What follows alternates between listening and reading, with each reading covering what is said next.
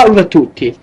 Poi adesso sono tornato da Eldo a comprare il cavo ottico per Xbox e c'era uno che costava all'incirca 40 euro, ma ha detto che non è il caso. Ho comprato uno più economico ma buono. Andiamo ad aprire.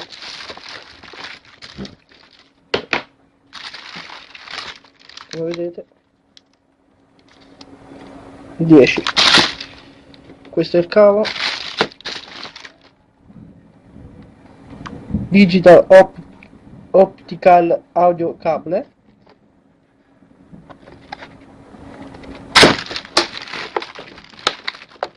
Andiamo ad aprirlo.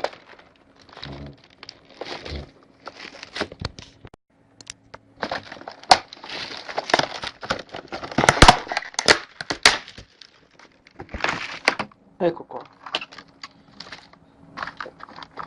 Una volta aperto troviamo il cavo.